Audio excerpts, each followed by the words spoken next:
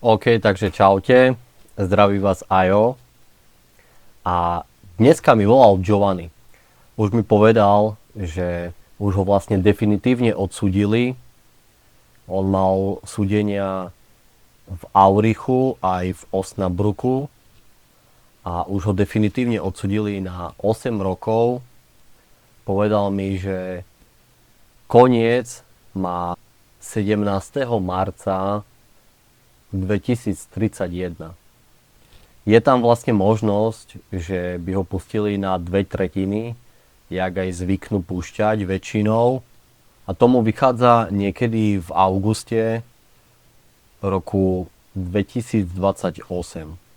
No a potom ešte tu je vlastne jedna možnosť, čož ja si myslím, že nie je úplne reálna, no ale dobre.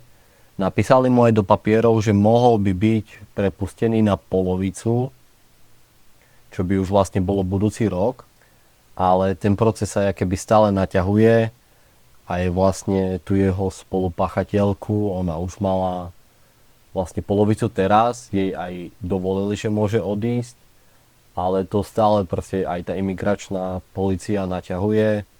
Čiže o chvíľu ona už má 2/3, čiže asi ju pustia na 2/3. A to pre Giovanniho znamená nie veľmi dobré správy, lebo on kvázi akéby sa spoliehal alebo dúfal, že ho pustia na polovičku, lebo to už by bolo fakt, že ten budúci rok a už by mal pokoj. Dostal by zákaz, musí mu to akéby povoliť prokurátor.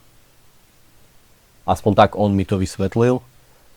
No a teraz vlastne si ide hľadať právnika, nejakého nového, lebo vlastne s tými predtým nebol spokojný. Ide hľadať nového právnika, že by on sa už dohodol dajak s prokurátorom a dajak mu udobrili tú polovičku.